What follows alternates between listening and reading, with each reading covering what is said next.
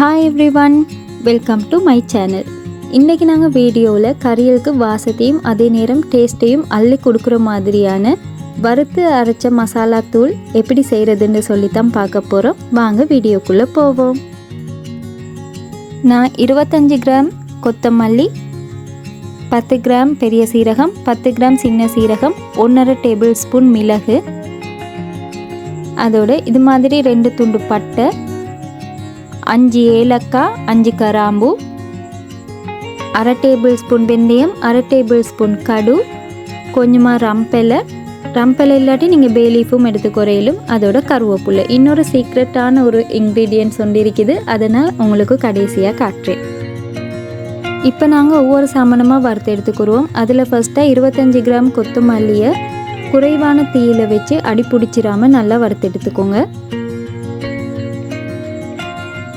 மல்லி நல்ல ஒரு இது மாதிரி ப்ரௌன் கலர் வர காட்டிக்கும் வறுத்து எடுத்துக்கோங்க. அடுத்து சீரகம் 10 கிராம், பெருஞ்சீரகம் 10 கிராம், இதை சோம்புன்னு சொல்லுவாங்க. இதையும் நல்லா கலர் மாதிரி வர காட்டிக்கும் வறுத்துக்கோங்க. ஆனால் ஒவ்வொன்றும் அடி பிடிச்சிடாமல் லோ ஃப்ளேமில் வச்சு வறுத்து எடுத்துக்கோங்க. இது மாதிரி நல்லா கலர் மாதிரி வந்த பிறகு இதையும் எடுத்து வச்சுக்கோங்க. அடுத்து 1/2 டேபிள் ஸ்பூன் வெந்தயம், 1.5 டேபிள் ஸ்பூன் மிளகு, இது ரெண்டையும் நல்லா வறுத்துக்கோங்க. வெந்தயம் வறுப்பட்டு கொஞ்சம் கலர் மாறின பிறகு அதில் 1/2 டேபிள் ஸ்பூன் கடுவையும் சேர்த்து கடு நல்லா 1-2 வெடிக்க காட்டியும் நல்லா வறுத்து எடுத்துக்கோங்க.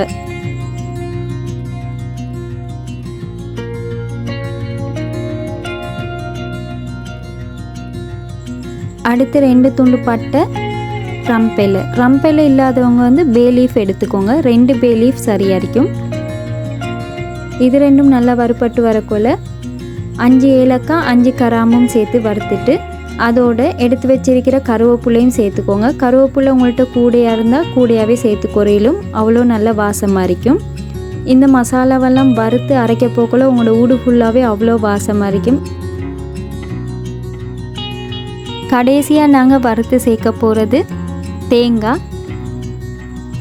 இந்த மசாலா தூளுக்கு நீங்கள் தேங்காயும் வறுத்து சேர்த்திங்கன்னு சொன்னால் அவ்வளோ வாசமாக இருக்கும். அதே நேரம் கறிக்கும் நல்ல ஒரு டேஸ்ட்டையும் கொடுக்கும். இது மாதிரி நல்ல பொன்னிறமாக வறுத்து எடுத்துக்கோங்க. வறுத்த மசாலா எல்லாத்தையும் நல்லா ஆற வச்சுக்கோங்க. நல்லா எல்லாம் மாறி வந்த பிறகு தான் மிக்சியில் எங்களுக்கு அரைச்சி குறையிலும். மசாலாலாம் மாறின பிறகு நல்ல பவுடராக இதை மிக்சி ஜாரில் அரைச்சி எடுத்துக்கோங்க. அரைச்சி எடுத்த மசாலா தூள் இந்த மாதிரி தான் இருக்கும். அவ்வளோ வாசமாக இருக்கும். இந்த மசாலா தூளை ஒரு கிளாஸ் பாட்டிலில் அப்படி இல்லாட்டி ஏர்டைட் பாக்ஸ் ஒன்றில் போட்டு வச்சுக்கோங்க. அதே மாதிரி மிச்சமாக அரைக்காமல் இது மாதிரி அளவுகளில் கொஞ்சமாக அரைச்சி வச்சிங்கன்னு சொன்னால் இந்த மசாலோட வாசம் போகாமல் அப்படியே ஃப்ரெஷ்ஷாகவே இருக்கும். இறைச்சி, கோழி, அதே மாதிரி சோயா மீட் கறி ஆக்கிறதுக்கெல்லாம் இந்த மசாலா தூள் அவ்வளோ நல்லா இருக்கும். எல்லாரும் இதை செஞ்சு பாருங்கள். அதே மாதிரி இந்த வீடியோஸ் உங்களுக்கு பிடிச்சிருந்தா சப்ஸ்கிரைப் பண்ணி சப்போர்ட் பண்ணுங்கள். இன்னொரு வீடியோவில் உங்களை சந்திக்கிறேன். அது வரைக்கும் பை, டேக் கேர்.